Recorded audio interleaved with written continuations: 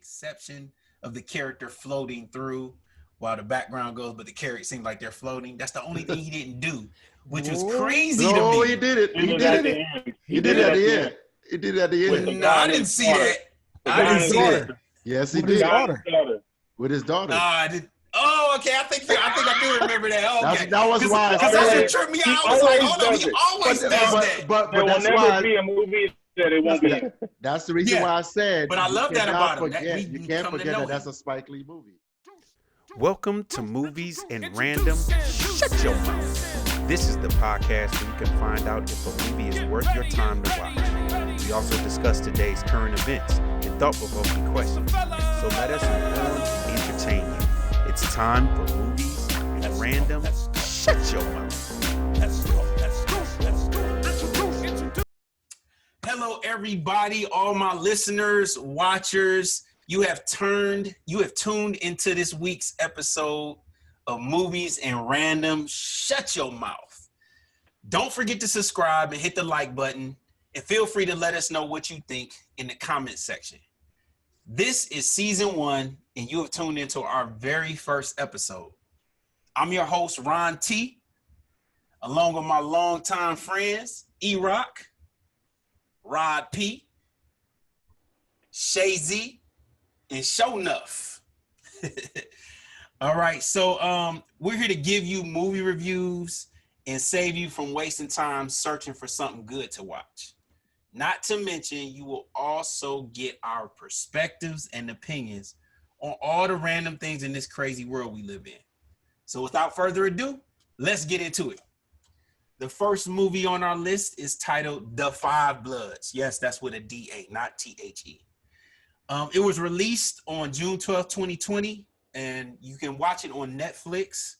The actors involved, the main actors, are Delroy Lindo, who plays the character of Paul, Jonathan Majors, who plays David, Clark Peters, who plays Otis, Norm Lewis, who plays Eddie, Isaiah Whitlock Jr., who plays Melvin, and Chadwick Boseman, who plays Stormin Norman.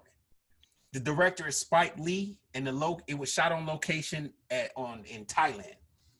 The setting is the year 2020 of Vietnam, okay? So let me tell you what it's about if you don't already know. It's about 4 African-American Vietnam War veterans who go back to retrieve their fallen leaders' remains while at the same time digging up the gold that they buried back then.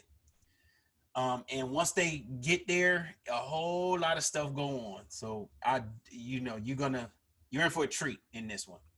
All right. So now before we give our reviews, let me explain the rating system of all the movies that we're ever going to watch and review here. They will get between 1 to 5 stars, or reels, as we call them. Reels like movie reels, the big movie reels. So they'll get 1 to 5 reels. 1 will be terrible, and 5 will be amazing. Okay. Once we have given out our ratings, we'll take the average of all of the reels that we give them.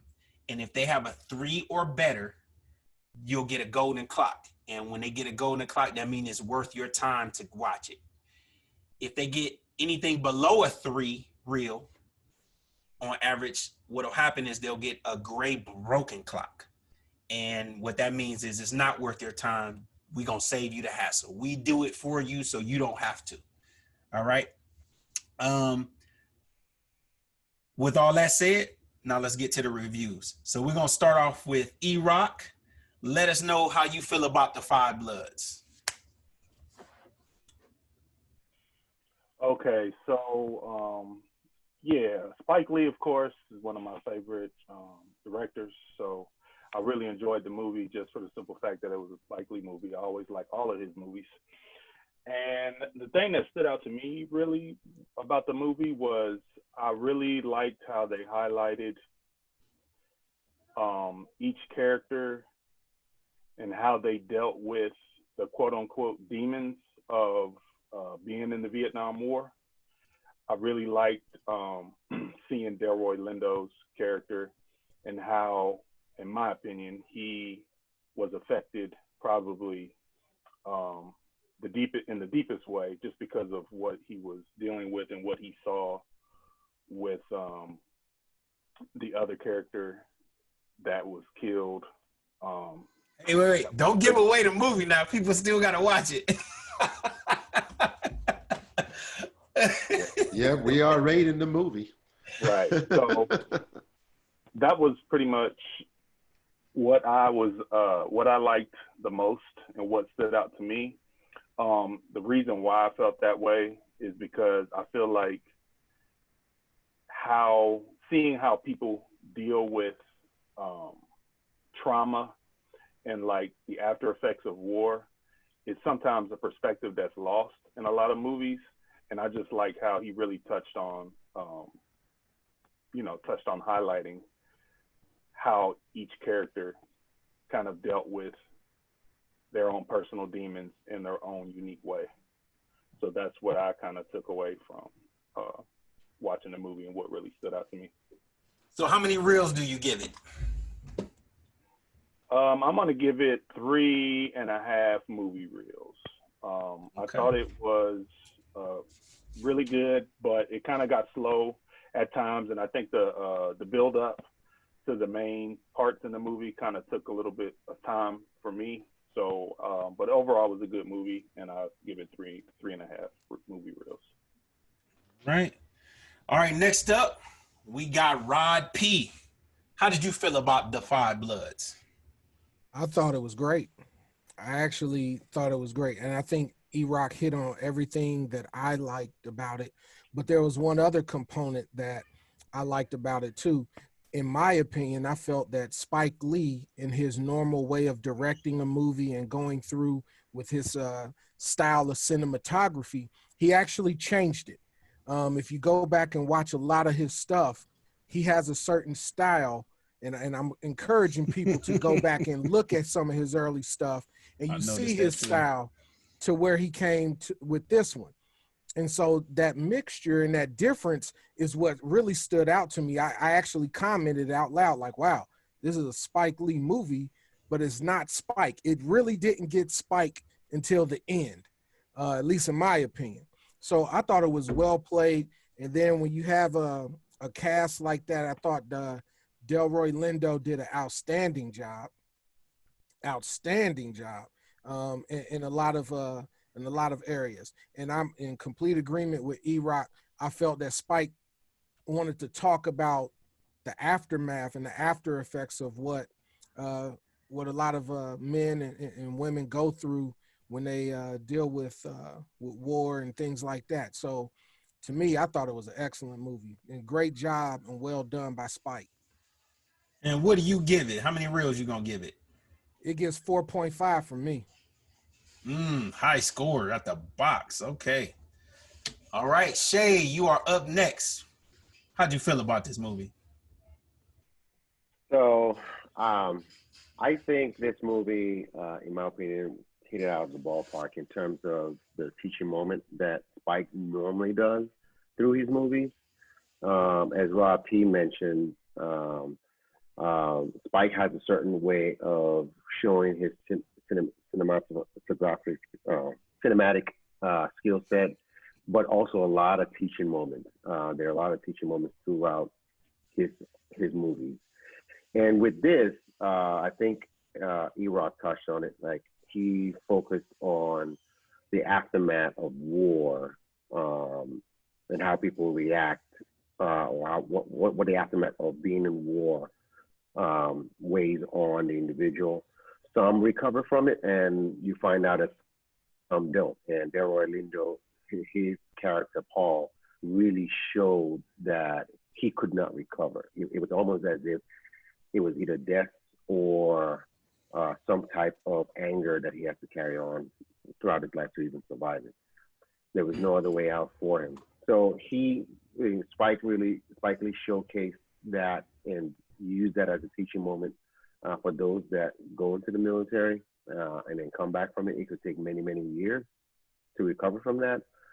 He also touched on the issue of race, as he normally does, in terms of the United States impact in the Vietnam War versus how, in this case, they went back in time to recover a treasure or something that they left behind, and they needed assistance from another government. They went to an embassy and they needed assistance, and they they showcase and talk All right, about. don't be giving away the movie again. See, you saying Yeah. more than you need to say.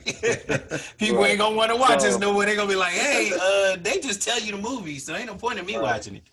Right. So I guess what I'm saying is that he showcased the issue of race, he showcased the issue of post-traumatic distress when it comes to war, and you definitely used his cinematic skill set to showcase all these teaching points in the movie. So that's how I feel about him. I think it's a knock in the park in terms of what the message was. So what's your rating?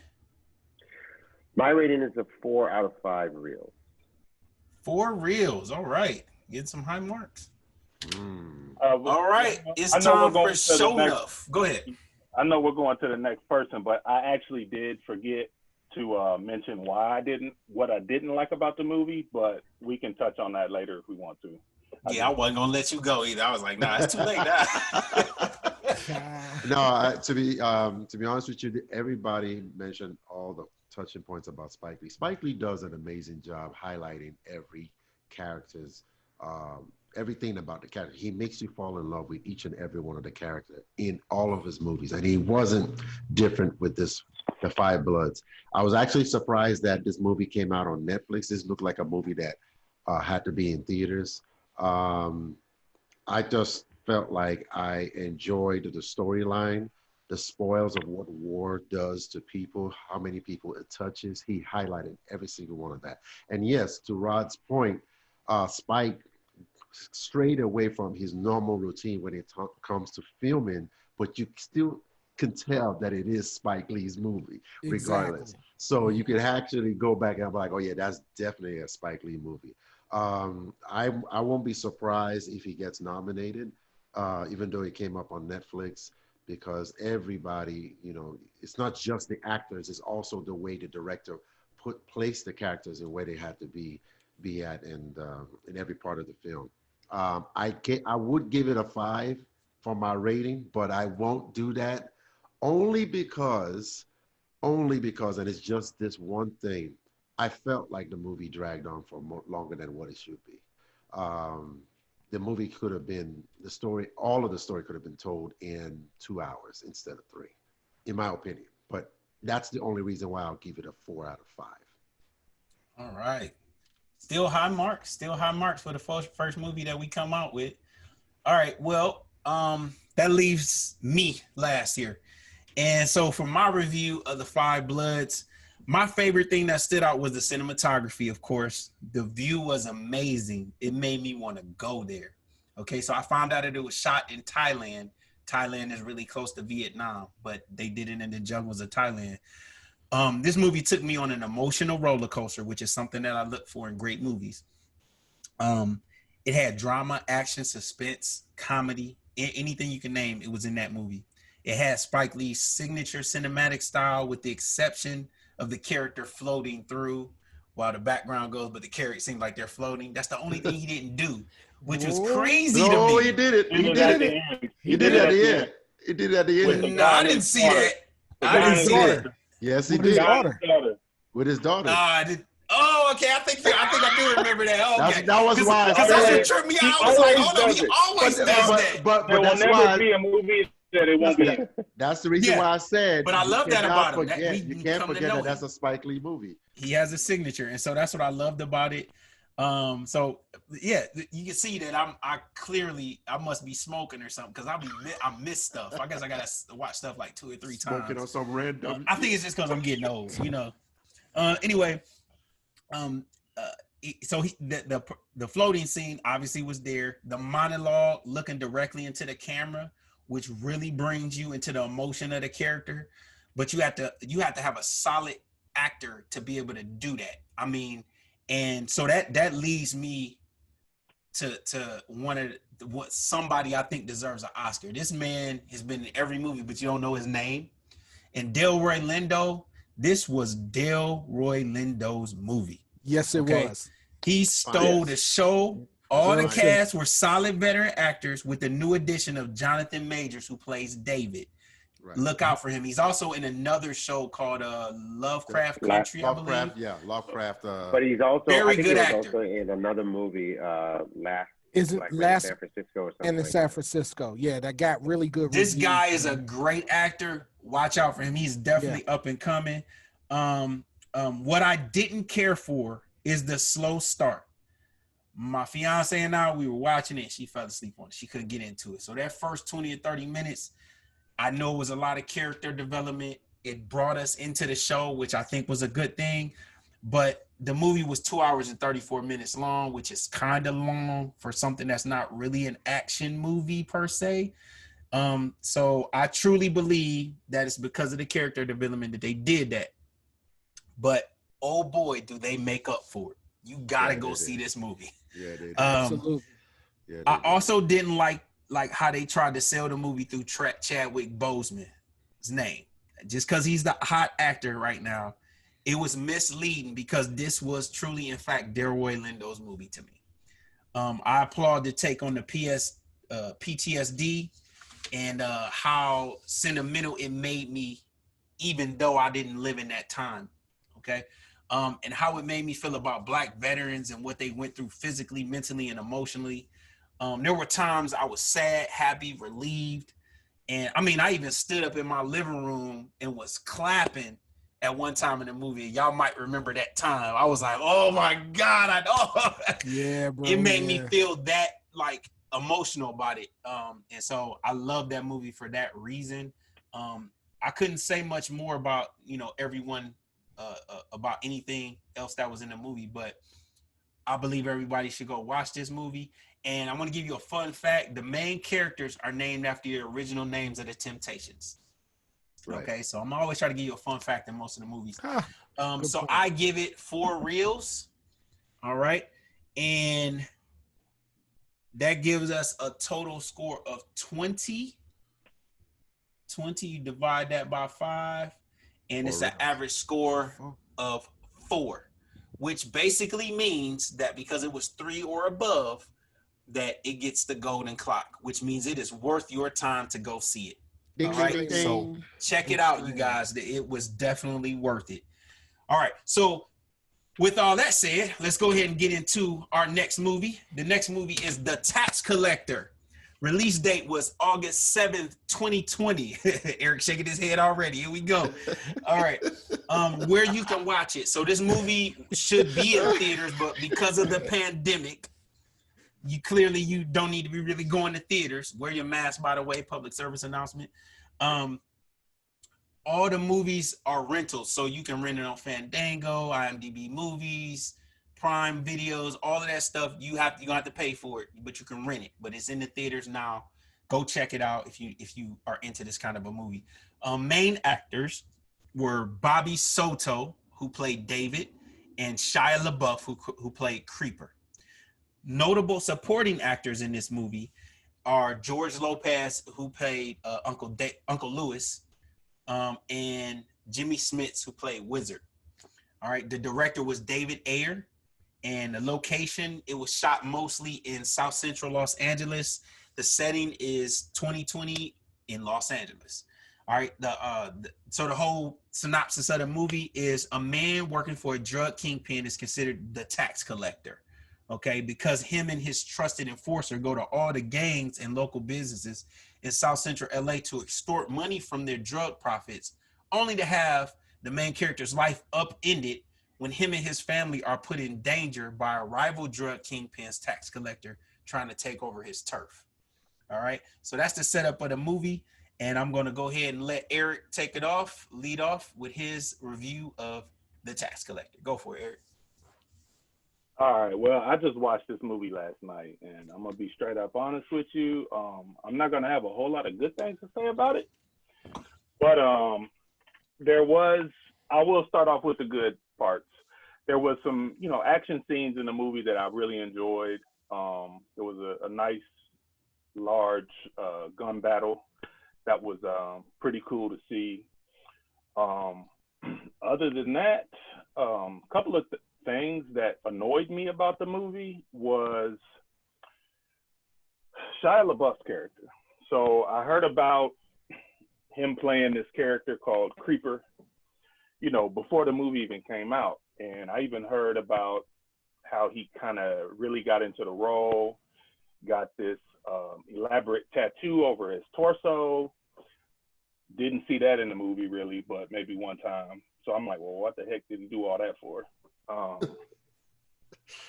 I had wondered about the whole issue with his ears. So, you know, if anybody knows about wrestling, MMA fighting, UFC, develop a condition, cauliflower ears. Cauliflower ears, yeah. Right. So I was like, okay, what is that all about? And they really didn't give any detail into that as well either. So at the end of the day, when I watched it, it really left me wanting to know more about the characters. I really didn't feel like they gave enough background history or story to the characters. And I was expecting to have Shia LaBeouf be more of a critical component, which he was, but then towards the end of the movie, it was just kind of like, oh, that's all, you know, that's it for him. So I was just really kind of taken back at it. I thought overall, they really could have gave more backstory onto the characters and kind of really focused more on why were they this way, how did they grow up, how did they get involved in this type of lifestyle. They could have touched on that a little bit more. But other than that, you know, I did watch it. It was okay. I probably won't watch it again. So that's all I really have to say about it. I would give it 2 reels, just because I do like Shia LaBeouf as an actor. I did like some of the action scenes in the movie, but other than that, I'm not gonna go any higher than a 2. All right, next up we got Rod P. Let's go. So I'm with E-Rock. I heard all these rumors about this movie, and I'm like, wait a minute, the kid from Transformers is about to turn into freaking Jason Bourne. Oh, I gotta see this. You know, they said all these things about him just kind of getting himself mentally like dead set into this character. So as you going through watching the movie, you're like, man, I can't wait for them to turn this guy loose. And, you know, you just waiting for it to happen. And so, you know, for me, I'm like, what the heck? I'm with E-Rock. Like, hey, I'm waiting. So, you know, for me, I think that this movie missed on some things that it could have really hit on. Like, this movie could have hit on some things that made this thing like outstanding, but it didn't. So, you know, what I will tell you is what you will get to see is George Lopez uncut, which is kind of funny to see because, you know, you used to seeing him on Nickelodeon, you know, the George Lopez show in the middle of the night. But, you know, what I will also say, giving it credit, is there was a lot of pretty faces in it. Which, of course, you would go there. Hey, I'm gonna just be honest with you. Yes, they were. Yes, they were. We're doing a critique, so that's what we're gonna talk about. Listen, the fact that they had a lot of pretty faces in it, in my opinion, saved the movie. Another thing that saved the movie is there was a pretty nice, like E-Rock said, there was a pretty nice little gun scene. There's a couple of fight scenes that were pretty cool. But, you know, like I said, I would have liked to seen a little bit more out of this movie. I won't even say a little bit. I'd say a lot. I would like to seen a lot more out of this movie. What is your rating? So what's your rating, man? This thing gets 2.5 from me. 5. He don't know 0.5 is hard. He loves those 0.5. I think you might have went too high on that, man. Hey, like I said, the pretty faces saved a lot of. Yeah. So for all the listeners out there, we already know where he gonna go every time. He not already put it out there. You guys know. Remember, that's Rod P. You know what the P stand for, right? All right, come on, Shay Z. All right. without wasting too much time, I'm just gonna go straight into it. I did not like this movie. I thought it had an opportunity to be a very good movie. That's kind of like how the buzz was when they advertised it. It almost seemed like the advertisers who Shia LaBeouf was going to be the main character, but he wasn't the main character. He was advertised as such, but by the time you go, or when the flow of the movie shows, David was more of Bobby Soto, who played the character of David, was more of the main character. And then Shia LaBeouf faded as the movie went along. And without any deeper character development for Shia or even David, I didn't quite understand the relationship between the two. I didn't understand the relationship directly between him and his father. There's just so many scenarios that they could have played into it. They missed the point on this movie, in my opinion. I was a little disappointed. It was almost, for me, it was almost like I waited to the end of the movie and finally got fully disappointed. That's how long it took, because I was expecting more and that didn't happen. But, so would you give it? So, I gave it a 1.5 out of 5. Will. 1.5. Yeah, I do not. I was disappointed. Yeah. All my listeners and watchers, this might not be worth their time. I'm already tell you this right now before we get to my review and Shonaf's review. Looking at Shia LaBeouf's ears alone is gonna annoy you. No disrespect to all my UFC and wrestlers out there. No, I really don't even know why he's trying to advertise that in a movie. Like, that's not something. There was no storyline. Yeah, like, I didn't understand. Was he a boxer? Was he a UFC fighter? Well, the one thing, real quick, Shay-Z, the one thing that before y'all start, Shay-Z, I want you to take that background off because it looked like you like getting swallowed by it. Okay. Go ahead, Eric. What you saying? So the one thing that I kind of took from the whole cauliflower ear was when they flashed back to Bobby Soto's character doing the MMA. Are you gonna give away some of the movie? No, well. always be thinking about that, y'all. He was doing some training in some flashback scenes, and I kind of assumed like, oh, maybe that's how Creeper, who is Shia LaBeouf's character, developed the cauliflower ear and everything. But they never really touched on that. So that's why I was going into it really I wanted to know more of the backstory, because it was just like, they just threw these people and they had these huge, enormous personalities, but it's like, they don't even tell you how they developed these personalities and why they were the way that they were. So it was like, I was just frustrated. Like, okay, right. Are they going to explain why a dude is like this or what? Well, we see already that show enough in my critique is not going to be that much because E-Rock has definitely said mostly everything we want to say. So go ahead, show enough. What you got to say? I mean, it's a total contrast to the first movie we actually rated. You can see almost everything we liked about the first movie is what we don't like about this next movie. The director itself didn't do a good job highlighting each one of these characters. We couldn't get into all of the characters. We couldn't fall in love with the characterizations of each person in this movie. And I agree with Rod. What really saved the movie are the beautiful honeys on this movie. Okay, because if it wasn't for these beautiful women, this movie would have been done. I mean, it's really done, to be honest with you. So, and the other thing that I didn't like, for someone who likes watching mob movies, gangster movies, is it me, or was it that it was just too easy for a tax collector to just walk into every gangster's place with just his best friend, quote unquote best friend, and no other security person to pick up all this money? And my wife and I kept saying, what is stopping one of these gangsters from saying, you know what, I'm not going to pay you today? What are they going to do? You have 6 machine gun guards. Are you going to fight them? You know, you're going to turn around and walk right back out. So when you see in the movie, that's the crazy thing. Like, I had to fill in the blanks on that. And what I realized is, and you saw it in the movie, some people had tried that.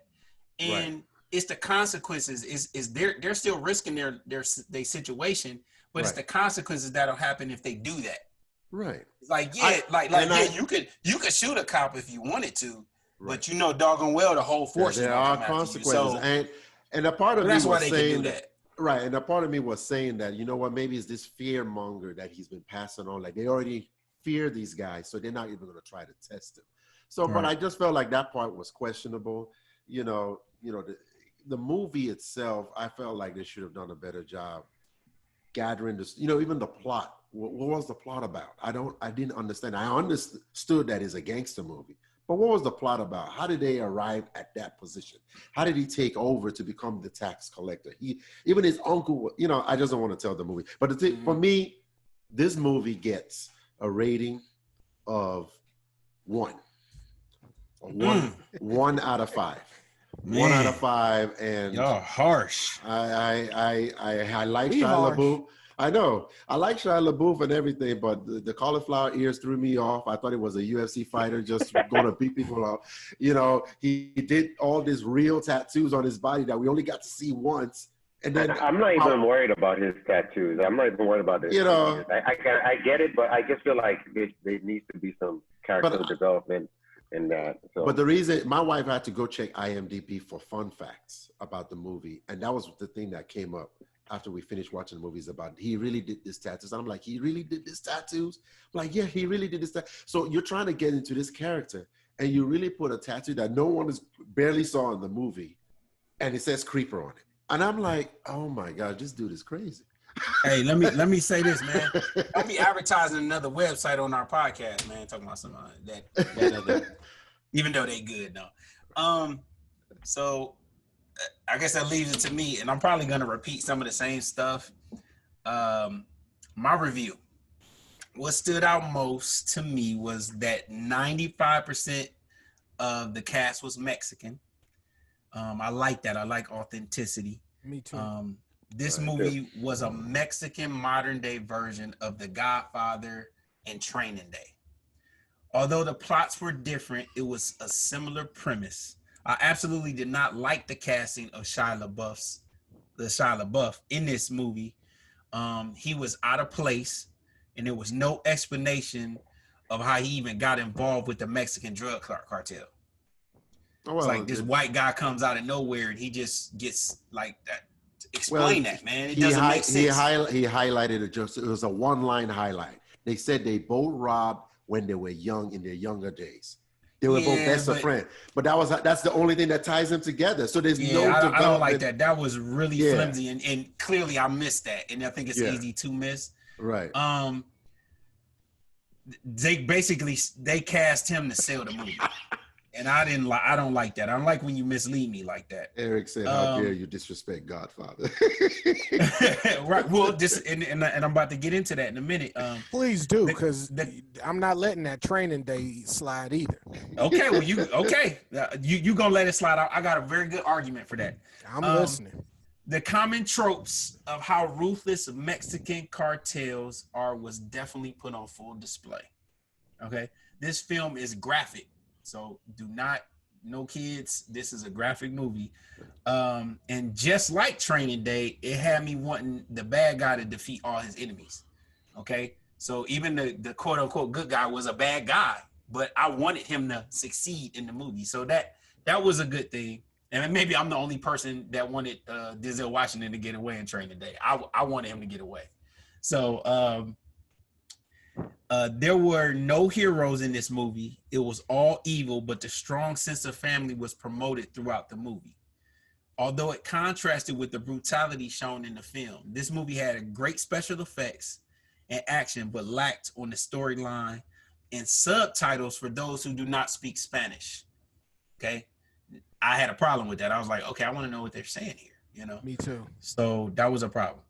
So those are some of the things I didn't like, some of the things I did like. And there's a fun fact. This film has the same director, David Ayer, from Training Day.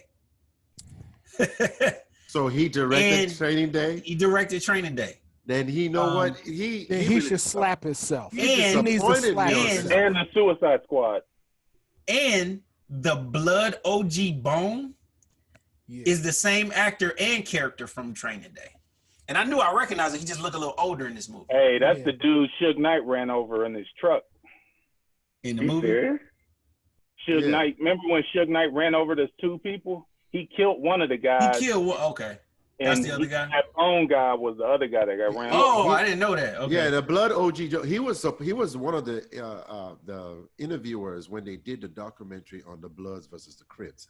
I think it was either ESPN did the Bloods versus Crips, 30 for 30. He was one of the. He said he was retired, but every time he's in the movie, he's playing the blood role. The same character. Same character. I ain't mad at it though. Profit over that. So my rating ultimately is 2 reels. So that gives us an average score of 1.8, which means it's below the 3, which means it gets a gray broken clock, and it's not worth you guys' time. If you like action, it's great on that, but it's not worth their time. Too many plot holes. Shia LaBeouf is out of place. It's not worth their time. And I agree. What really annoyed me the most was, like, I heard all about this. I'm like, oh, this dude got a real life tattoo on his torso. Like, oh, this. I didn't know that. No, it's real. We've already seen things of him going mental anyway. Yeah. And then the only time that I kind of saw it was when it was laid out. Yeah. So that part, he missed me with that one, because when my wife was telling me I said, no, he did not. She showed it to me. I was like, he did all that tattoos for real? And I was like, for what?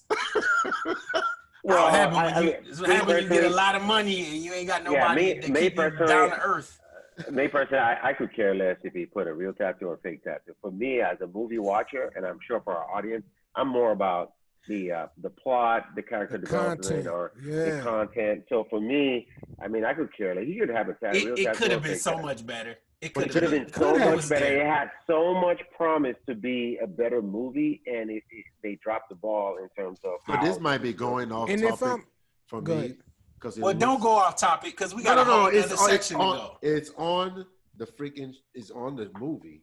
Well, we didn't beat a dead horse. We didn't killed it already. Yeah, let's just move on to. I don't think everybody knows it's a bad movie. Let's get to the next section. The next section, what we got coming up next. So we're gonna talk about television shows that you need to watch. Okay, so if you flipping through Netflix, Hulu, all of them places, we're gonna tell you where you need to watch these shows at. And what they're about. And trust and believe, you should listen to us, because I know how long sitting with my significant other trying to find a movie, and it takes you an hour just to find a movie that's already an hour and a half. So we trying to help you guys. I got an app for that.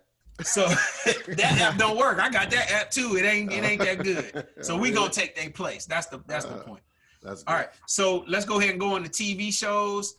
We're going to start off with Eric. What TV show do you think our viewers and listeners should be checking out if they haven't already? One of my personal favorites is actually Law and Order Special Victims Unit. Okay. Oldie but good? Yeah, Oldie but Goodie. There's probably like 21 seasons. I started watching it probably within the last 5 years. I usually watch it when it comes on television, the new episodes.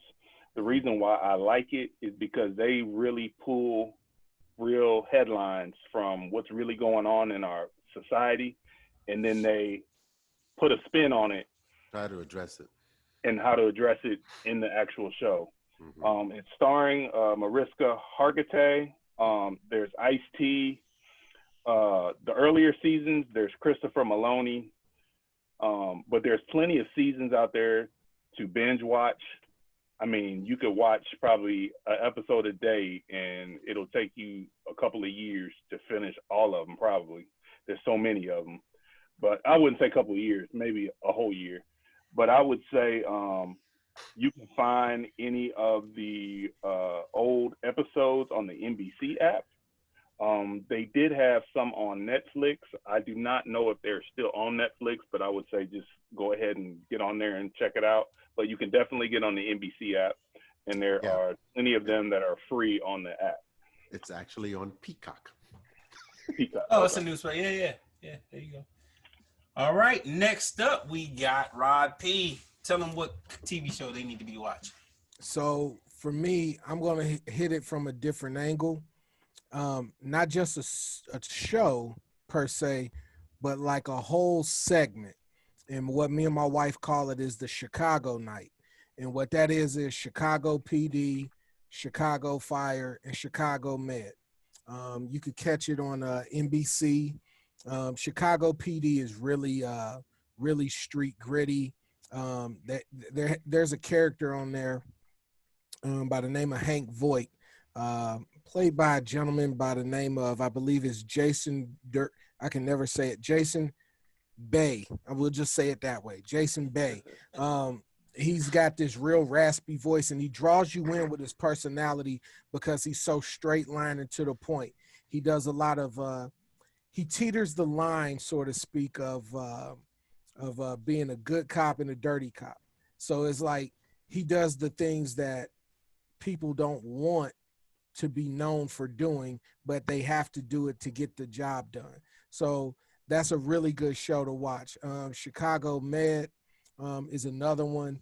And they all kind of spin off on each other. There's certain nights where you'll have a Chicago Med marathon that mixes with PD. They come on back to back to back? Yeah, they come on back to back to back. Sorry, thank you for that. They do come on back to back to back. So if I remember correctly, it goes PD, Med, then Fire. I think Fire is the last one. But you could check them out. It's on NBC. You can get them on the NBC app. Those are really good. And that's what I would recommend. One other small one that's on NBC, and this is an oldie, Friday Night Lights, based off a little. You only get to say one. Oh, bro. well, You you only didn't get to win say all bro, over the man. place. Why don't you say that for the next episode, man? You giving them too much, man. You only get to say Giving them one, too bro. much, man. Y'all He gave us 3 shows in one, and he went to Friday. He just come on, man. You're a plan, aren't you? You work for NBC, don't you? Hey, real quick, I y'all get gotta. checks. You can. Next up is Shay Z.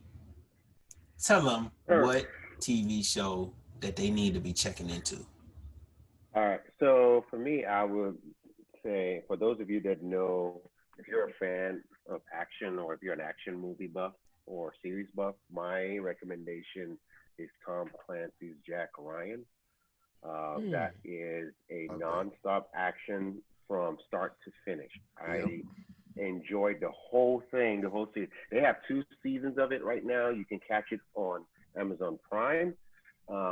And for the most part, John Krasinski, who plays the role of Jack Ryan in the series, is excellent. Excellent.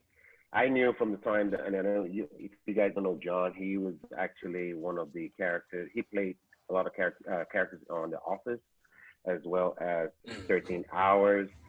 In the 13 Hours, that was his first real showcase of action character that he played, and I think that probably led to this role in the Jack Ryan series. It is amazing. You will stay glued to this series. It'll be an amazing thing for you to watch. So that's my recommendation for the series, for a series to watch. All right. Next up, Show Enough. Let them know what we should be tuning into. Oh man, yeah. I actually just finished watching or binge watched this show on Netflix. It's called All American, played by Taye Diggs and Daniel Ezra.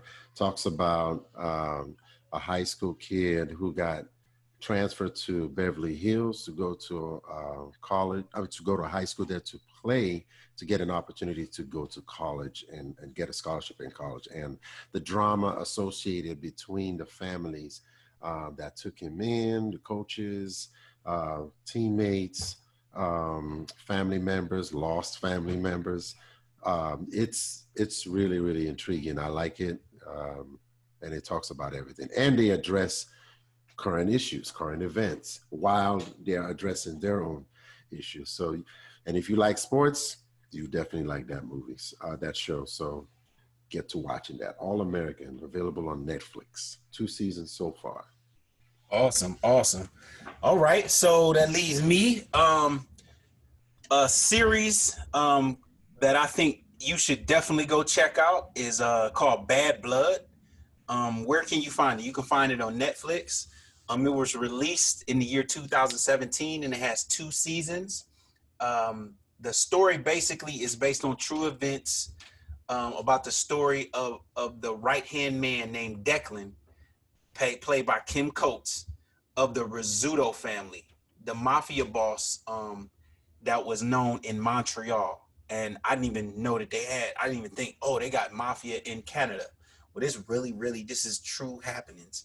The Montreal mafia boss was named Vito Rizzuto. I had to get the Z's right. That's played by Anthony LaPaglia. And it started off during the 1970s. They kind of ran everything, and it goes up to present day.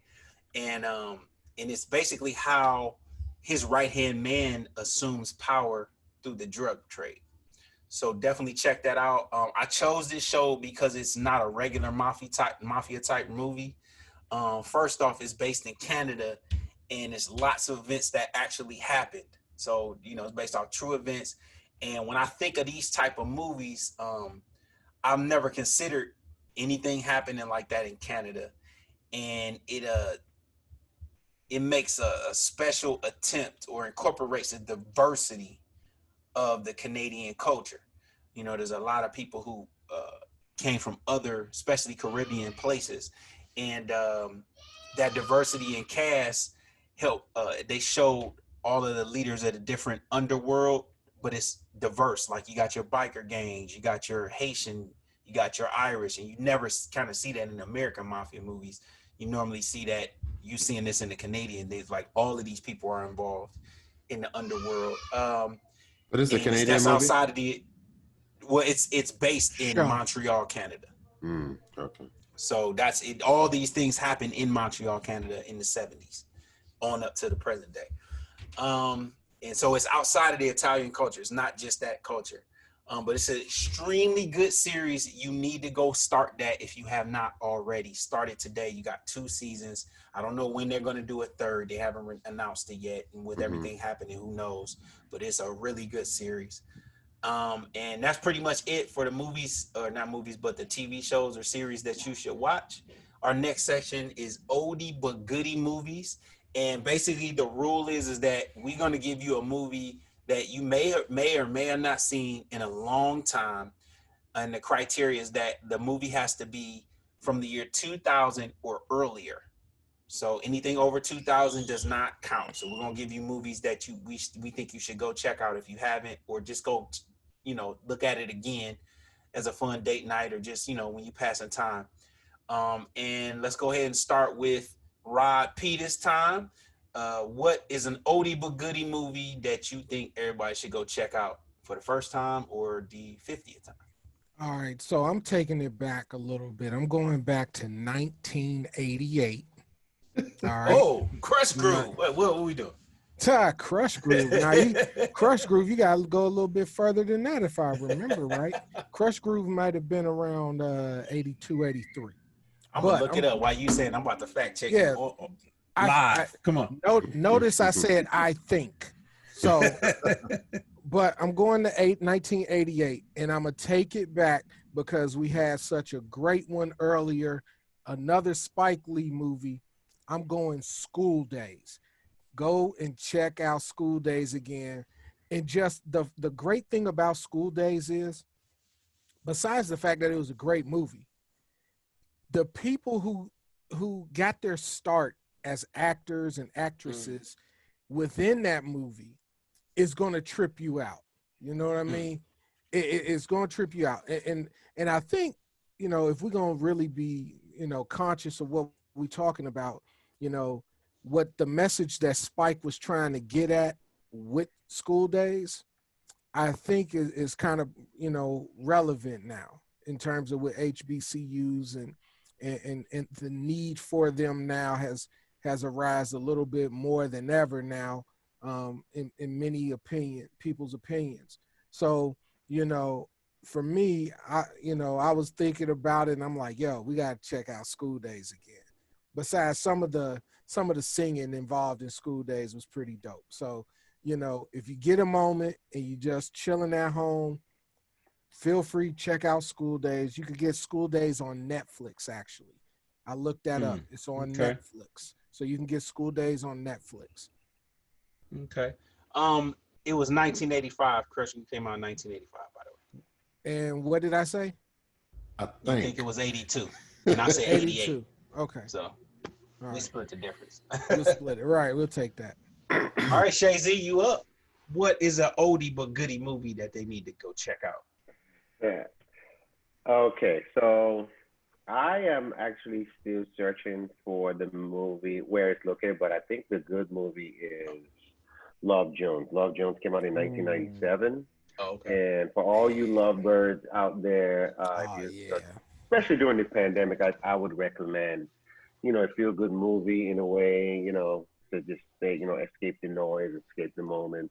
Let's all return back to love, passion, how to treat each other, things like that. There are a lot of lesson points you can learn from this movie for all you up and coming lovebirds out there.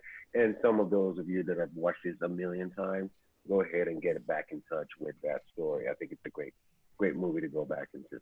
I keep searching. I think you have to rent it outright. I don't see it anywhere else where you can watch it, but it might be one of the premium channels. I'll get back to you on where you can actually find that.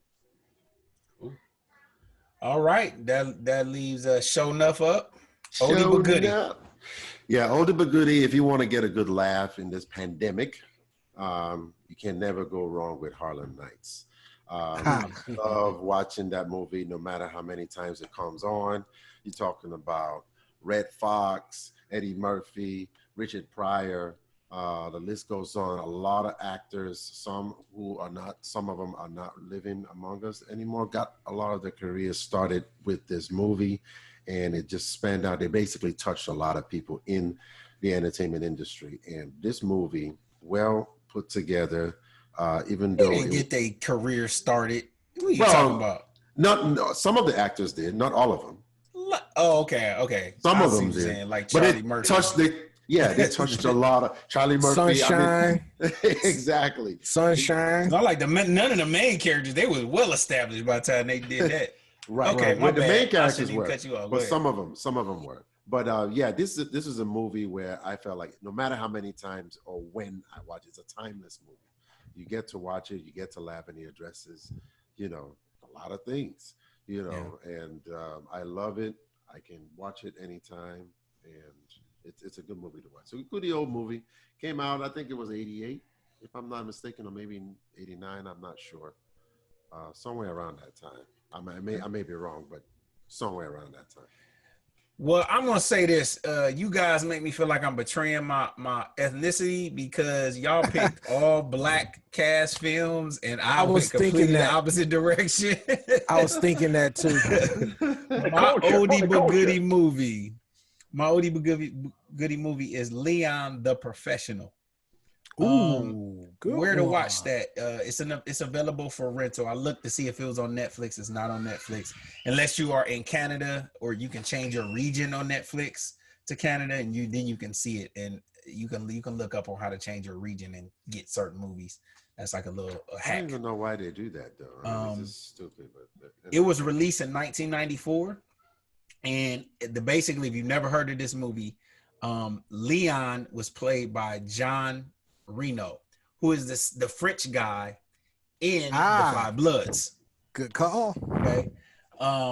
So Leon is a professional assassin who reluctantly takes in a young girl named Matilda, who is played by a young Natalie Portman. All right.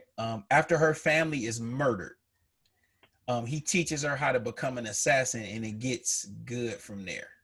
All right. I like this movie because it gave me some action with my drama. The plot is very straightforward, and it gave me a unique twist with the dynamic of the daughter and father relationship, because he's not her real father. Her parents got murdered, and he took her in, and he just lived in the same building.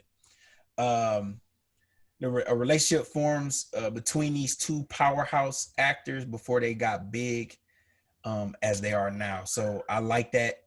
Just seeing them before they were stars, before they were bigger stars, and seeing how it played out and how good they were even back then. But that's my pick, my Oldie but Goodie for the week. And that leads us to our last section here, and that's the random-ish, okay? Hey, Ron, Yes. before we move on, just for the people that are tuning in and for Shay Z, hey, you can find Love Jones on HBO Max right now. Okay. Okay. HBO HBO Max. Max. Hey, There you just so Thank you. all these movie and app companies that we promoting, y'all can reach us.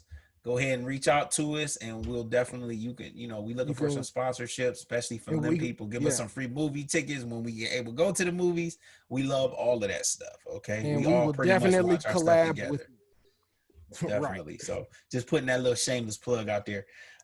So our next, like I said, our next session is random-ish, where we just basically talk about current events or things that's on our heart, things that may be on your heart, where we just want to give you our perspective, is not our opinions, like all of us have. And hopefully it'll be insightful, and it'll help you maybe formulate some of your arguments, or at least know what's going on in the world around you. The first thing that we're going to be talking about is the unemployment benefits, or the lack thereof right now. Let me give you a brief overview if you don't know what has happened. First off, earlier in the spring, March, right when the pandemic hit, uh, the House, Senate, and the President signed off on a bill called the CARES Act, which is an acronym. It allowed it gave those who qualify an extra $600 on top of whatever the state gives you in unemployment. Um, it had an expiration date, however, and that expiration date was July 30th. Well, the pandemic has gotten worse with no end in sight, and then there hasn't been any agreement, and they continue to go back and forth about this bill, leaving everyone with significantly less money than what they might have gotten depending on on the last 4 months. So basically, you got $600 on top of whatever your unemployment insurance was and your unemployment was. The government put that extra in. They made it a flat rate because a lot of the state unemployment, their what do you call it? Their I'm looking for the word. Their setup can't handle trying to figure out what your percentage of income to give you. So they made it a flat rate. So the government was like $600 for everybody on top of whatever they give you for your unemployment. So that left people in a situation where some people were making more than what they would make on their regular job that they couldn't work because of the pandemic, or they lost because of the pandemic. That's been 4 or 5 months. So let me tell you what the Republicans want. They only want to spend $1 trillion additional dollars in spending. That's all they want to spend. They tried to pass 2 unemployment bills. On those bills, it said no United States Postal Service funding, 2/3 match to an individual's previous wage with a $500 per week cap on the federal benefit, meaning they're telling the states, okay, you figure out how much based on their income they should get, but it can't go over $500. So everybody would get a different amount. It won't be a flat rate. But if the states can't figure that out, they would just implement everybody just get $200 on top of whatever your unemployment insurance is, not the 600, 200, no more than 500. They wanted a payroll tax cut, which basically means that whoever is giving you your check, whatever person you work, they would get a tax cut on their payroll.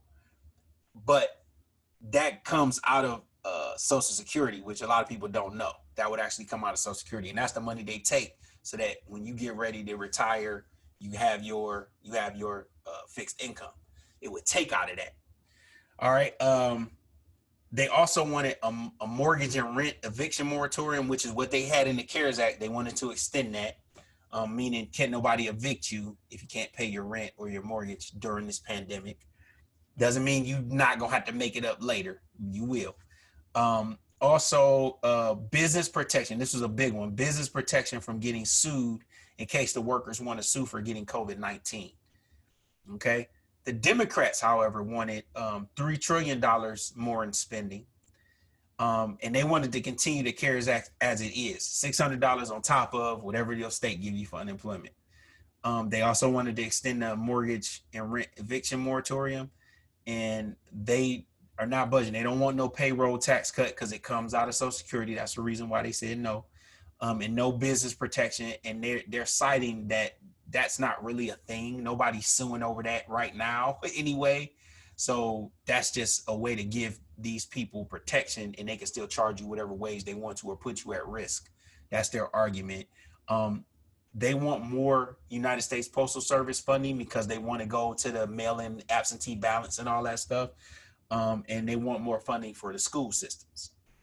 Okay, because a lot of these teachers aren't going to be able to go back to work, or they need more funding to get the virtual classrooms up and running. They need the federal government to come in and give them money. So that is pretty much what the deal is right now. They have not come to an agreement, and now the Senate is on recess. Let me also remind you, the House has already passed a bill. Okay, they did pass an extension of the CARES Act as it is right now. It's led, the majority is the Democrats. They passed that bill already. So now it goes to the Senate. The Senate is led by the Republicans, and they can't agree with the Democrats on those different issues I just named. Not to mention the president, once they figure that out, the president would have to sign it. And he's in support of the payroll tax cut, the business protection for getting sued, the $200 a week. And as of this past week, he said, well, if you guys can't agree, then what's happening is I'm gonna do an executive order, which come to find out he really can't do. Only the Senate and the House have the power of the purse. They can actually pass bills to appropriate money, mostly the Senate. And so the issue comes in is he's like, I'm gonna do executive order. So now he's saying, we're going to extend the moratorium. We're going to do a payroll tax cut. We're going to give the businesses protection, and we're going to give everybody $300 on top of their unemployment insurance. But they advertise it as $400, but they're only going to give you $300. The state that you live in has to kick in the other extra 100 because they're saying we already gave you federal money, so you got to use that money we already gave you towards that extra $100. But they're advertising like you're getting $400 on top of that. So that's what's going on right now. I hope I didn't draw that out too much and bore you guys with all of the details, but you can definitely go look this up. A lot of the information source, and I'm giving a plug. Y'all, I hope they listen to this. I love you guys over there called The Hill. I can't say his name right, but his last name is Seeger or Cigar. I think it's Seeger. And I can't remember the lady's name at this point in time, but I really like them. They're a little bit, but it's one Republican, one Democrat, and they're pretty fair in what they're saying. And I get a lot of my information from them. So if you want to go look it up, go to thehill.com and just check out unemployment benefits. Just look that up, and it'll give you like all of the update information on it. So everything I just said, you guys, this personally affects me. I'm an entrepreneur. I would not normally be able to get on unemployment benefits, but because of this pandemic, there have been an exception for people like me. I can actually receive unemployment benefits, and I'm a personal trainer, so that close contact people don't really want to come in like they used to. I try to do some stuff virtually, but you just can't. The potential to make money is just drastically changing because you don't get as many customers. And so I'm one of those people who depend on that money. And with them lollygagging, knowing they had it a deadline, it's kind of frustrating. What do you guys feel? I don't want to, sway your opinion of it because it may affect you differently. What do you guys feel about this? What would you do in that situation if you were them? How does this affect your voting for our particular senator and House representatives? If I may, Ron, I'm glad you brought this up and, painted a picture of how it affects you, like many millions of Americans going through the same problem. I follow this thing a lot. I'm heavily, into politics to see how things are going.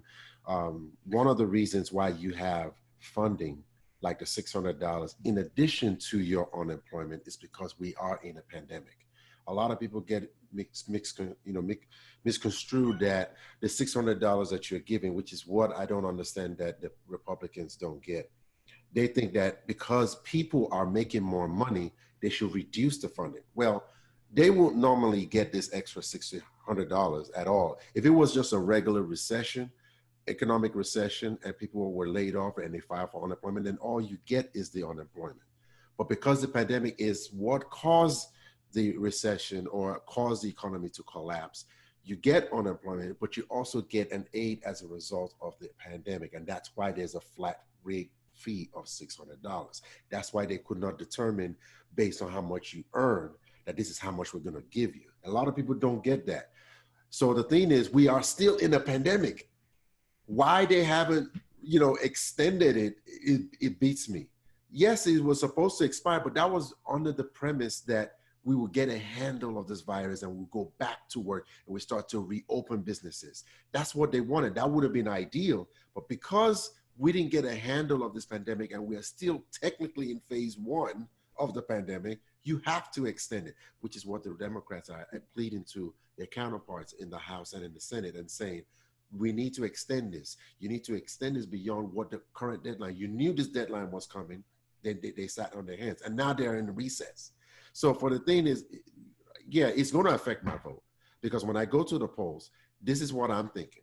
I'm thinking that we hired elected officials to take care of situations like this, to make decisions like this in the middle of the night when an emergency comes up. You are put in place to make decisions to save the economy, to save the American people, to at least help the American people come out of this mess. And instead, you're bickering and fighting and going back and forth.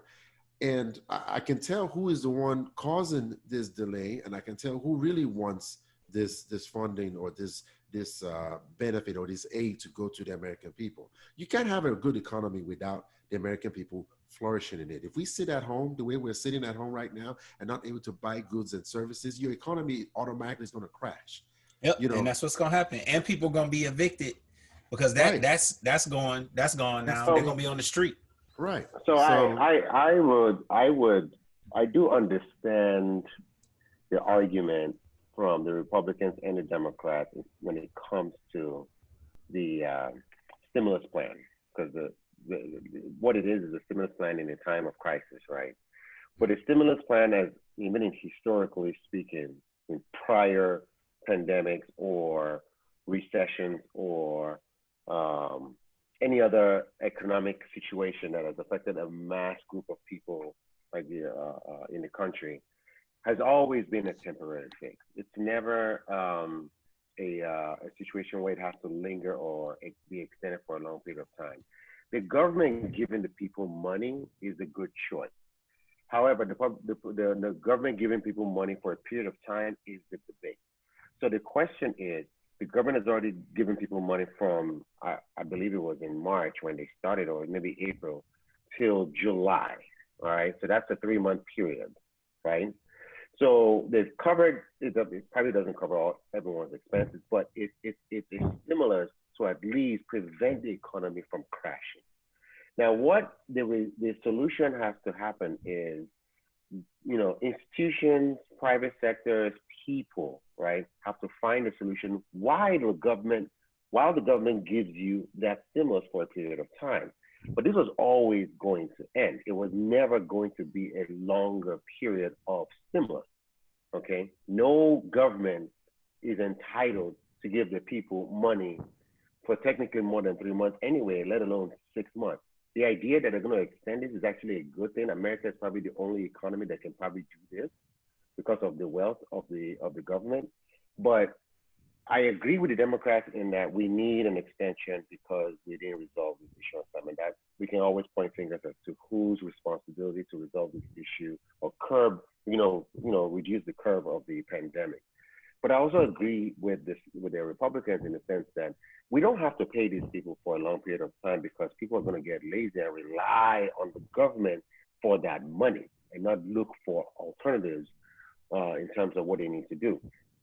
Some of these jobs are lost because of the pandemic, yes. But technically speaking, from what I've seen from my day job, some of these jobs are actually lost because of transformation. And the pandemic only accelerated this transformation. This was always going to happen. Some of these jobs were always going to be lost because of the new technology phase that's sweeping in across industries. You know, when you look at the Amazons of the world, how they're trying to do this selfless contactless uh, store where you don't have a teller. Guess what? A grocery teller is that job is out of business once they do automation. You're looking at Uber trying to do autonomous driving. Maybe in the next 10 years, we're probably not going to need a cab or a taxi cab. I don't know. I'm just saying when it comes to technology, some jobs get lost with new technology over a period of time. The pandemic just accelerated it because now everybody's working from home. So it created a lot of new jobs, types of jobs, whether it's internet jobs, uh, your own type of skill set jobs. People are becoming more photographers. We are doing podcasts, things of that nature, new jobs, new creations. That's what happens. The government should not supplement your way of life for any, in my opinion, longer than 3, maybe 4 months. But that's my take on it. Now, my But go ahead. Go ahead. but how can you make that statement saying that the government shouldn't supplement your job, your income for no more than 3, maybe 4 months, right? How can you make that basis when there's people out here that can't get jobs because they're undereducated? Some can't get jobs because they're overeducated. Some can't get jobs because they don't have the skills to go into what you said as a technical society and have to learn those trades because they can't go back to school and get that, that education to learn how to compete in this type market. So it's like here's the issue that I have with it, with everything is you can't have your cake and eat it too. Okay. We going back and forth battling over this. The government has a responsibility to take care of the people, period. That's In what the you're supposed to discussion. do. Mhm. Right. In the discussion. The way that they're going about it is just terrible right now. It's people suffering, people worrying about their expenses, how they putting food on the table, and we worrying about, stuff like making sure a business doesn't get sued. Well, here's an idea. Here's an idea. How about we both sit down at the table, we decide on one number for right now that this is what we're going to do, and we're going to say in the writing, we're going to put this out here for 1 calendar year starting today with the option to dissolve this agreement once we come together and figure out a total package. See, that's what I'm saying. Like, look, sometimes it's just like in life.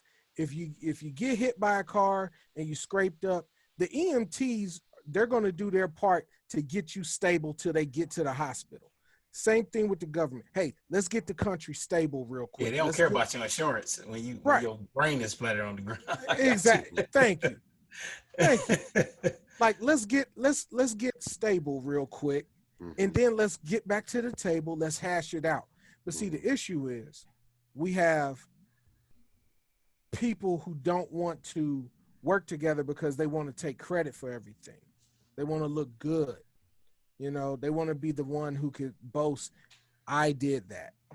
Who did this, that, and the third? This guy. They want to be that person. Like, man, let's let that go right now. It's a pandemic. We got kids can't go to school. We got families can't go to work. We got people trying to figure out how they're going to feed their families. I do agree, and I hear what you're saying. I do agree that the government has to help the people. The question is, we don't know how long this pandemic is going to last. I mean, look at what's happening in our society. Right. This could linger, and we may not even see the vaccine till 2021. The government cannot supplement the people till that time. That's why I said we have to put a cap on it. That's why I said, no, I agree. Come with a year. Just give it a year. That's a year is a lot of time for our doctors to figure this stuff out. But No, no, you no, know, no. That's not what I'm saying. That's not what I'm saying. I Not know that's necessarily not for the what you're saying. doctor. That's what I'm saying. Okay, but the year is not for the doctor to come up with a vaccine. The time is for the people to find an alternative. So what I'm saying is this. What I'm no, saying is this. When people lose their jobs, because it could be of anything. This year is a monumental period in human history. We've never seen anything like this. I've never seen anything like this in my lifetime, and I can guarantee you guys, you've never seen anything like this in your lifetime. This is this is a paradigm shift. Now, it happened with a plague, yes. Some cases, it could happen with technology. Mm-hmm. Either way, when there is a shift from what was normal to a new normal, we have to adapt. So what I'm saying is, yes, the government will supplement you for a period of time so that you can take your whatever you have now, go learn something new so that you can adapt. But what we're seeing is there are people complaining right now. I'm not saying everybody is, but there are people complaining right now saying, right now, we need more money, otherwise I'm able to pay rent. But there are people not finding new ways to make a living. yeah, but And that's a problem. That's a huge problem right but now. the thing is, If you have, All right, no, if hold you on, hold on, haven't hold on, never hold on. been in that Let me position- put some points out. Let me put some points out because I see you playing devil's advocate because I know you feel the same way we do. But this is what the Republicans' mentality is. This is what they say. The Republicans are basically saying, all right, they're citing that the extra benefit de-incentivizes people from working because they are making more money that is than when they were working. exactly The problem with that is that it's anecdotal evidence, meaning that there are stories here and there of somebody saying something, but the numbers don't show that. But the thing The is, reason why the numbers don't show that is because the jobs that people can't find is because they actually lost them. It doesn't exist anymore. yeah, Or they have a job like me where it's based on customers, but because the risk factor of the customers coming to that restaurant means that your income is drastically reduced, which means guess what? If I don't make money, I can't take my money and put it back into the economy. well, So you're shooting yourself in the foot because all the money that they're giving us in them benefits is going back into the economy. So if you cut that off and argue that people are de-incentivized, all you're doing is making us go into a crash, which means the stocks are going to go down because nobody is putting money back into the economy because they're not making the money. Let me give you an example, Ron, to even tell you the example of where the Republicans are getting this answer about, oh, they're being disincentivized from going back to work. Restaurants is a very, very prime example. Even the restaurant owners are saying they can't get people to come back to work. Even if they're putting out jobs that they can't get people to come back to work. So they're getting it from there and they're saying, oh, these people don't want to go back to work. Well, they don't want to, it's not that they don't want to go back to work. Some of these put jobs, them at risk. Is Like, you're so you're going to give me under living wages and I'm at risk of dying. So you can get your business. And what's even worse is the customers are too scared to come. You're getting maybe half of what your revenue was to begin with. I'm gonna tell you right now, I'm not taking my family out to eat. It's not happening. It's not happening. You know why it's not happening? Because I'm not gonna even take the risk of catching someone. I can cook my stuff at the house. That's stupid. What am I spend money in that place for? And and there are a lot of businesses. Your business go out of business, and guess what? They don't get the job anyway, or you done laid them already laid them there off. are a lot So if I can't make money because there aren't enough jobs, then that money does not go back into the economy, which means the economy fails. Exactly. So people need to get that money for as long as it's necessary. Let me tell you something. Because guess what? If they don't do it, we're going to go into a worse crash than 1929. Right. That is exactly. That's the problem. And the Republicans are shooting themselves in the foot. They are. Because it's not going to help their case. That is exactly what I was talking about. The thing is, you have to do everything you can to make sure that you incentivize people to start spending the money. To stay safe and spend the money that you're giving them in put it right back into the economy, put it right back into the community.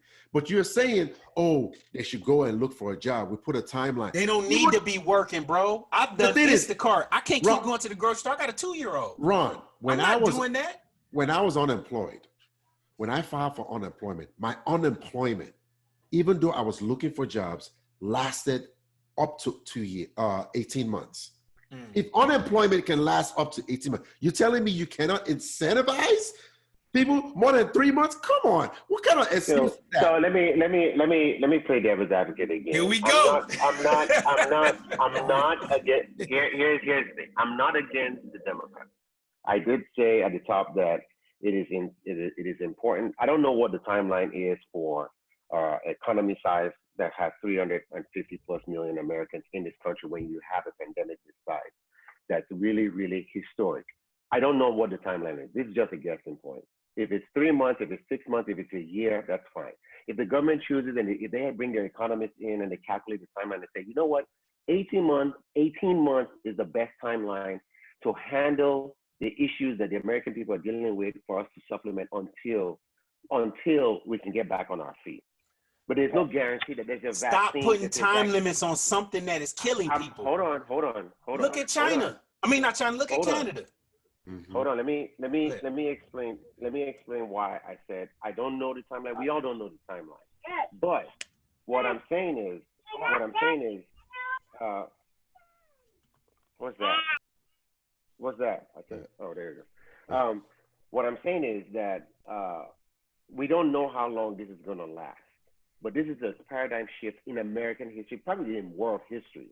A lot of things have changed. We probably would not be able to. There's some things that we were doing prior to the pandemic that we'll probably be able to do ever again. Like we're going to look at people sneezing differently in public. We're going to look at washing our hands literally every day now when you touch something.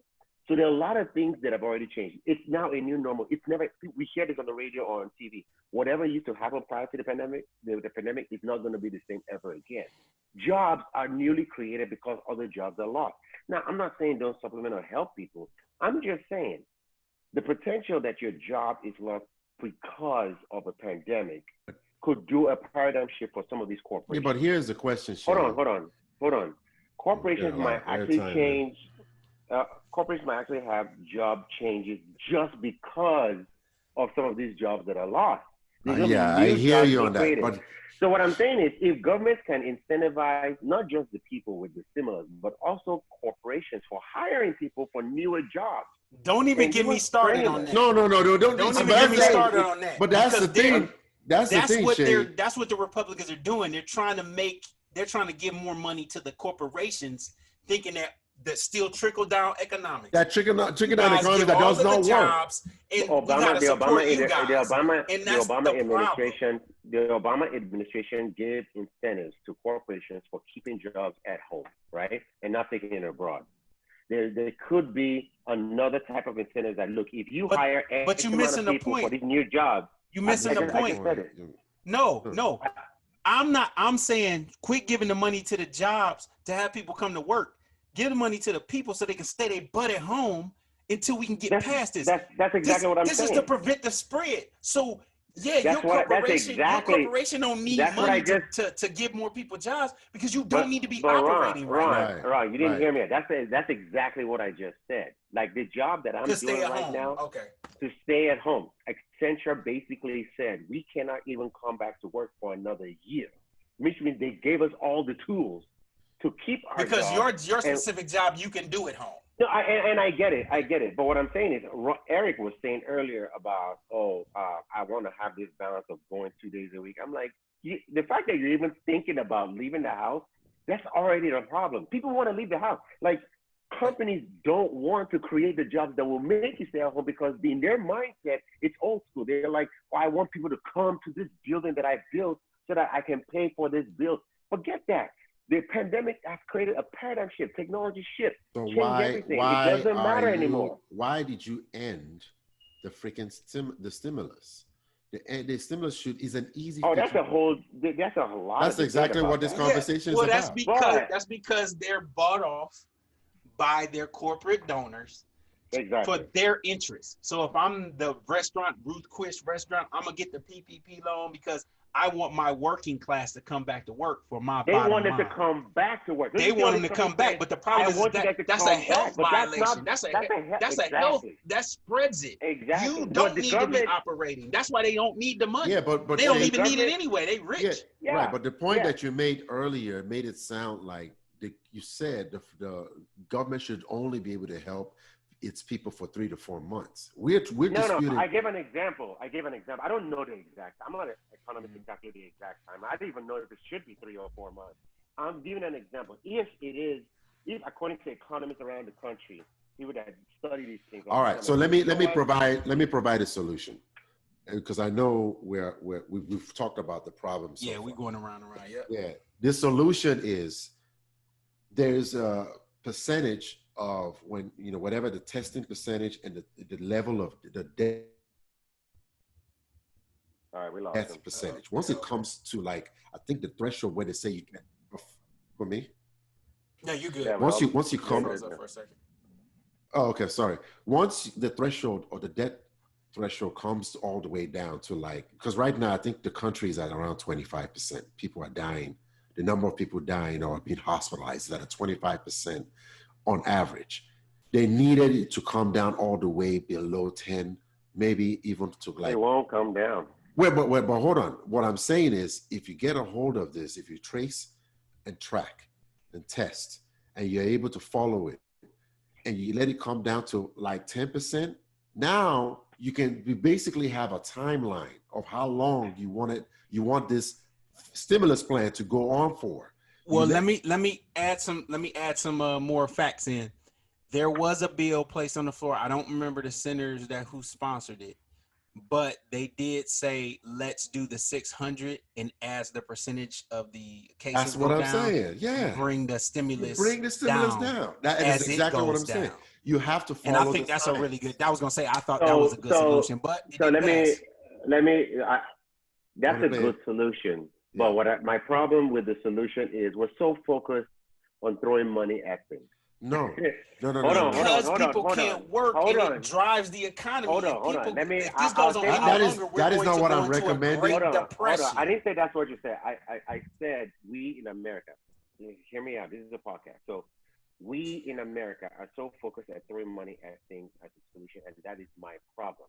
My problem with this is that we never truly look at solution, and we look at spending. What we all need to do is put mandates. It's simple. Ron just said it earlier. People are going out and they're breaking this code, this health code every single day. Do you know what doesn't cost money? Mandates. If you put out laws and say, look, if I catch you with your mask on, hold on. If I catch you with your mask on, there are other countries that put mandates and they've seen the curve dip just because of the mandate. What are those countries that did that? Huh? I'll give you some. South Korea they brought down the curve so fast because of the mandate. Like entering establishments like restaurants or grocery stores, they'll say you can't get in until you wear a mask. They institutionalized that. Canada, I think, had a fine attached to not wearing masks in public. What I'm saying is this country is all about this whole freedom thing. Why should I wear my mask? Blah, blah, blah. You're taking away my freedom. No. Let me correct you. It's not this country. It's a segment of this country. I get it. That's the reason why. And the fact that we don't vote the right people in. That's part of the problem. And the reason why there is a segment not doing it is because the government does not mandate it. That's what I'm trying to tell you. No, I'm saying they don't mandate it because the people that are in those that think like that are the ones that hold it up. I get That's it. my point. Same difference. All I'm saying, and when I look at America, I get it. We have to vote, but I'm not talking about voting strategies right now. What I'm saying is, we're talking about the solution. Not every solution has to be money, is what I'm saying. Some solution is like, look, penalize this guy if he doesn't wear a mask going to a public establishment. Penalize this woman.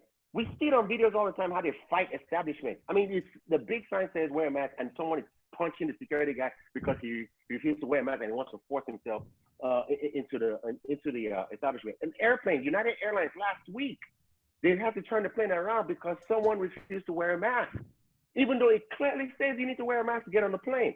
This is the problem. It's not always about money. It's about stubbornness and issues with the American people. We know it's not always about. We know it's not always about money. The money. You're not going to have a solution. The That's mandate. what I'm saying. The mandate has to be there, but at the same time, while you're mandating, you should also continue. Everybody wants money and checks in the mail. Hold on. But they don't want to follow law. You should also continue to fund the people who are unemployed because the economy will crash.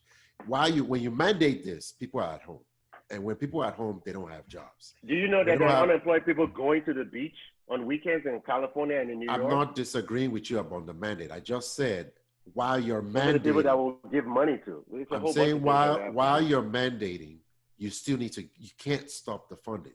It does. You have to continue to provide the stimulus plan.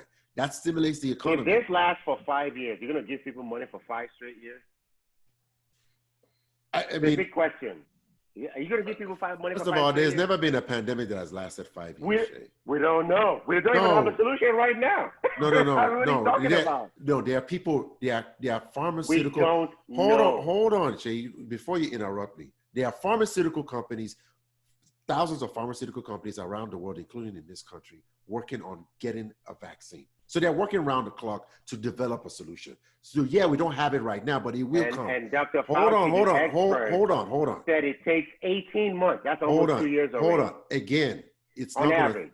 But it's not going to take 5 years. There has been a pandemic before. Don't know. Listen. There have been a pandemic before. What is the name of that pandemic that happened in 1918?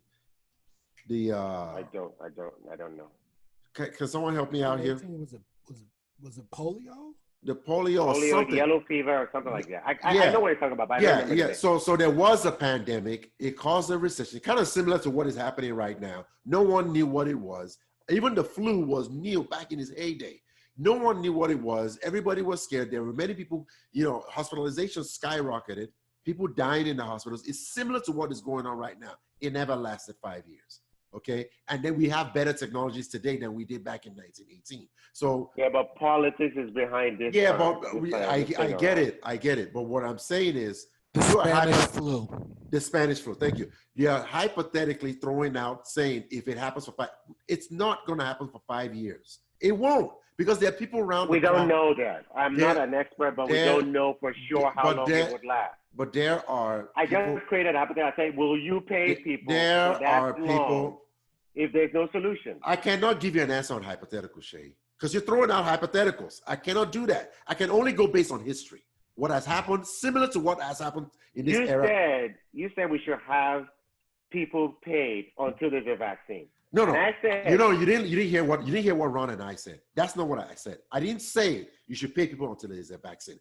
I said if you trace and track, and the percentage of hospitalizations comes down to a certain percentage, you can stop or minimize the stimulus plan, which is what Ron said that they're talking about in the House.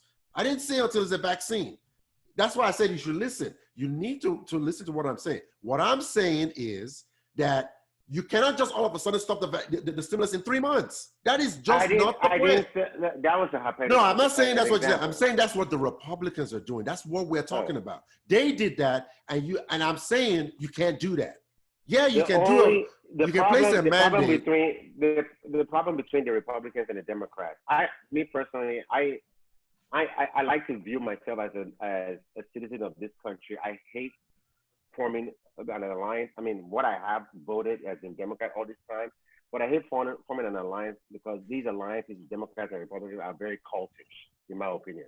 Okay, they don't solve problems for me. That's a whole nother topic for. It's a whole nother topic. But what I'm saying is, this. I know. Hold on. Let me just finish my point. What I'm saying is that until we solution the problem and just fighting over whether money should, one is saying 1 trillion, the other one is saying 3 trillion.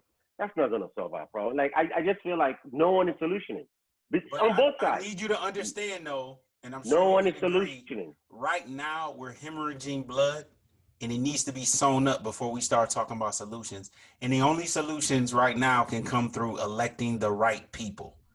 And that is definitely in the Senate, definitely in the House, because you got to understand, Absolutely. even though the president has their own bully pulpit, the Senate and the Absolutely. House control the money and the laws. So we have Absolutely. to get the right people in there. Look, I And agree with that that. means you Absolutely. have to I vote. agree. Everybody listening, you got to vote. And I know some people don't believe in it, but just imagine if we all They just don't believe actually in it did because it and see the difference. The fact that you're not doing it, it's a self-fulfilling Texas better. prophecy. Yeah. no, yeah, You you're know what I'm absolutely saying? right. Voting, Actually voting, try it voting, out as a collective, voting. as a community. Let's get behind one person and see if they can get elected or not. Because we're Yeah, we're that is powerful that if is we come together on something. The problem is, especially as a community, we don't ever see ourselves coming together as anything. And part of that is our society of capitalism. Everybody for exactly. themselves. That's exactly where I was coming to, because when you look at the way this is set up, I would love for everyone to come together as one, but you and I know that ain't happening. So Well, the only way it's been doing it in our it's not politics is happening. bribery. You gotta pay for the influential people. If you got the money, you can And pay for and, your and politician. and regardless of whether we have a Democratic president or a Republican Yes, that's president, on that's both never going to sides. change. That's It's never absolutely going on to both change. sides. Exactly. That's Exactly. why one of my criteria is: do you take money from corporate donors? If I find that you take money from corporate donors, I don't support you. And it does not mean that if it's between you and another person and your policies go somewhat towards my policies and I have to choose one, I can say I don't choose anybody, but that don't do any good. So I'm gonna go ahead and go with Biden this time, because I definitely don't think Trump has my best interest, and he has shown lack of leadership. So that's it for that section. We can go on and on and on about it. Let's go ahead and let's talk about this college football. All right. I'm gonna go ahead and let who taking this over? You go ahead and take it over I and was the lead this one. conversation, because I gotta get some water anyway in my mouth. And I think you know a little bit more about it than I would be able to do it justice. So go ahead and go for it. Show Well, enough. as you all know, just recently, Big Ten and the Pac-10 recently opted out for fall football season and all other sports within the conference. And it's been postponed until potentially the spring due to the COVID-19 pandemic. And while the other Power Five conferences, the ACC, the SEC, and the Big 12, remain that they're going to move forward with their sports activities in the fall, the Big Ten and the Pac-12 decided to opt out. One of the reasons that the commissioners of the conferences, especially in the Big Ten, talked more about, looking at consulting with all of the doctors and physicians, they stated that they will be, it was too much of uncertainty in the fall, or uncertainty because of the virus, to move forward with having sports in the fall, due to the fact that of the underlying side effects that could come out of should anyone have this virus while they're playing. The risk is too much. I'm guessing from hearing the Big Ten commissioners speaking that one of the reasons why they're opting out is because of any type of frivolous lawsuits that may come up in the future. So, for instance, if an athlete were to contact this virus and they're asymptomatic, nothing happens to them, you can still have an underlying condition. Can you hear me? You can still have an underlying condition with the heart or any other type of organ in the future that could affect your health. And think about it, if the universities allow these students, athletes, to play, they could come back and sue the university. That is my own take. That is not what the Big Ten commissioner said, but I'm guessing that's one of the primary reasons why they say we don't want to assume that risk. We don't want to take that risk of having any one of our student athletes, contacting this virus on our own watch as a result of them playing in a team sport environment. Now, the other universities are opting to continue to move forward because of the money aspect of it. They're saying that they can possibly create their own bubble within their own schools. I don't see how that's possible, because when you have 50 to 60,000 students interacting with people in classrooms and stuff like that, athletes are more likely to get these type of virus, this coronavirus while they're mingling, and you can't really contain it.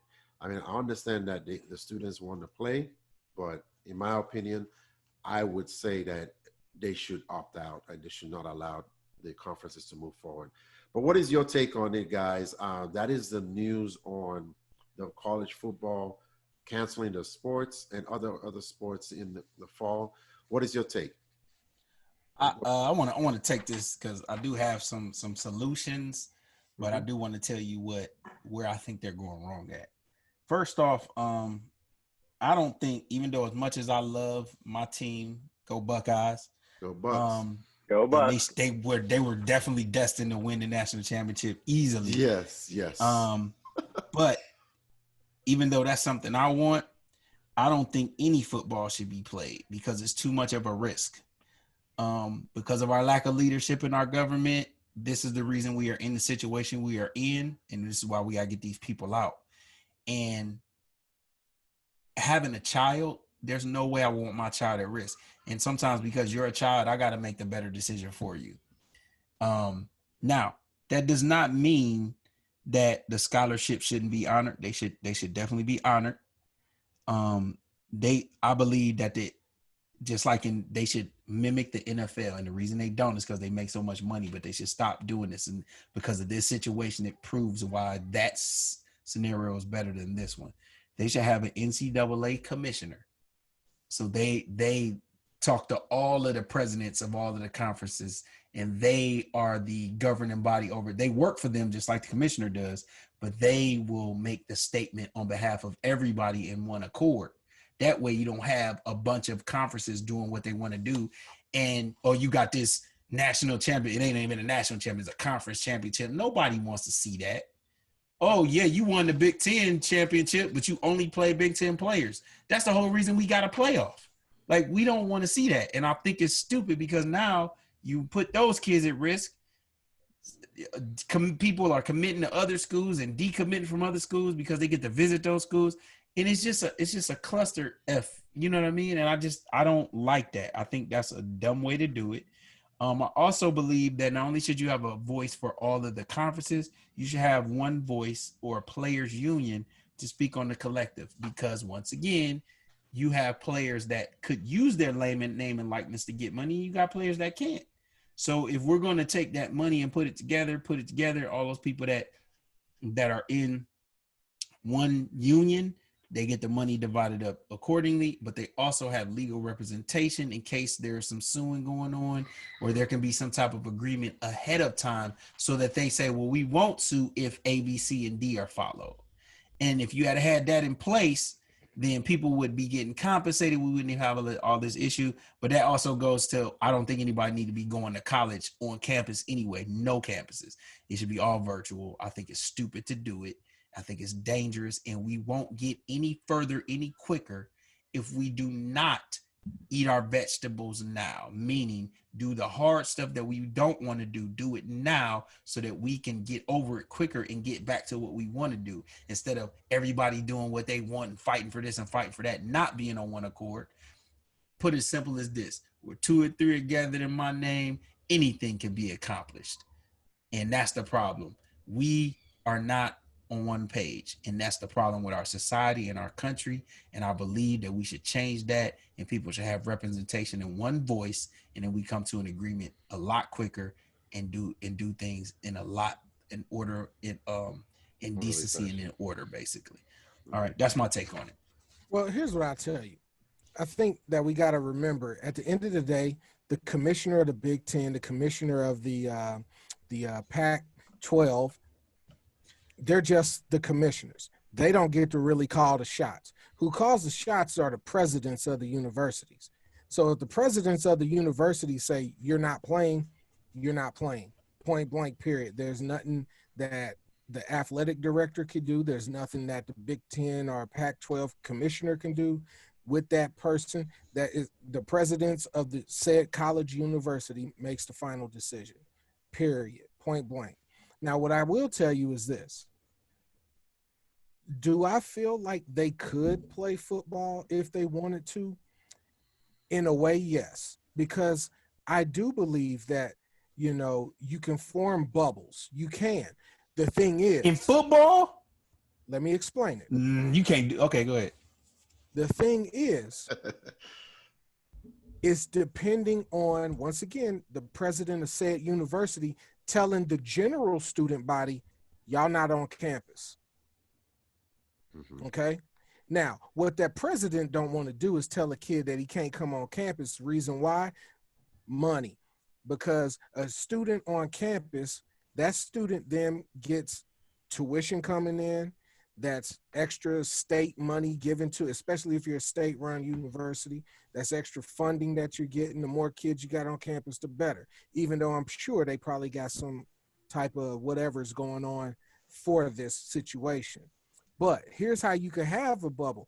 If everybody is off campus and the only personnel on campus is essential football personnel, as well as, you're going to have your security there. You're going to have all those type things. You could do it. But in my personal opinion, here's what I think the problem is. I think the problem is everyone dropped the ball. When the NBA, when you had to cancel the NCAA tournament, when the NBA canceled a game, the NBA canceled their season while a game was going on mid shot, mid shot. They canceled the season. You telling me you guys didn't get together and think about this? So I tell you who I put the blame on. There's a gentleman that's in Indianapolis at the NCAA offices. His name is Mark Emmert. He is the head of the NCAA. Oh yeah, he said something. He's Yesterday. terrible. Yeah, He's terrible. Lack of leadership, and this is what you have. This is exactly what you have. Okay, like I had scenarios running through my head where I called it, regional bubbles, where, for example, all of Ohio schools play all of Ohio schools, you know, to make it simple. That way you're not really going outside the bubble. But let's be honest, the big thing here that we got to realize is this. If I'm Justin Fields, surefire NFL first rounder, okay? If I'm Justin Fields, did I go to Ohio State just to get my education? No. I went to Ohio State because I want a chance at the national title. I want a chance at a Heisman. I want a chance to get myself drafted. Okay? What is the underlying thing that college is supposed to do? Prepare you for your next step in life, whatever it is you're going to do. That's why you pick a major so you can get a job in the field. Well, here, Right. newsflash. You play football at Ohio State, you play football at Alabama, your major is football. Let's just keep it real. That's your So I'll say mine real quick. Me personally, it really short. I've heard everything about what Justin Field did when he did the petition and what you guys are saying. I don't think there should be football. I don't think there should be sports. I don't think it's safe enough. The bubble doesn't make sense to me because when it comes to college football, it's very hard to do. And I almost would not. It's easier in the NBA because you're dealing with teams. In college football, you're dealing with regions. So cancel it, give everyone the extra year of eligibility that they need. Yeah. You start over next year. Just move on. Like, I don't think they should be this. That's my take. And to be where I was going with it is ultimately, I agree with Ron. Eat your vegetables now. If you're gonna shut it down, shut it down. Right. Stop Shut worrying it down. about the money and let Right. we're too greedy to be thinking about 1 year of revenue. I mean, come on, we make billions of dollars every year. You can't go broke. If you go broke after 1 year of being shut down, then you are a horrible spender. That's all I have to say. Well, we are getting to the end here. I don't mean to cut anybody off, but we probably even ran over time. We're going to have to do some editing on this bad boy because this is our first episode. So we're going to get better, you guys. But I hope you guys enjoyed it. That's all we got for today. Tune in next week. If you enjoyed this show, be sure to smash the like button and subscribe the button. It's free. It costs you nothing. Tell everyone about the podcast and purchase some of our gear. We're gonna be having shirts and different things on the web, on the YouTube channel, and different places that you can see online, and you'll be able to come straight to your door.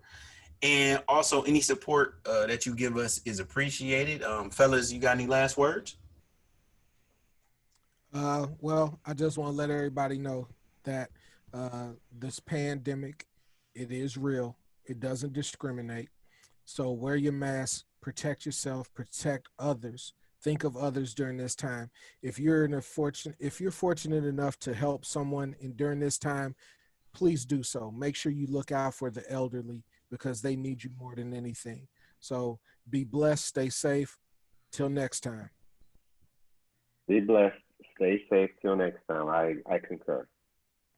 Love your neighbor as you love yourself, and if you do that, we'll be able to curtail this virus. Be blessed. Stay safe. All right, that's it. Until next time, enjoy your life while you're here and watch movies and random. Shut your mouth. Peace. Peace. All right. Thanks again for tuning in to this week's show. If you want to contact us, you can hit us up at moviesrandoms2020@gmail.com. Follow us on Twitter at movies_randoms1. You can follow us on Instagram at random1sh and Facebook at movies, the &, random1sh. Once again, we'll see you next week.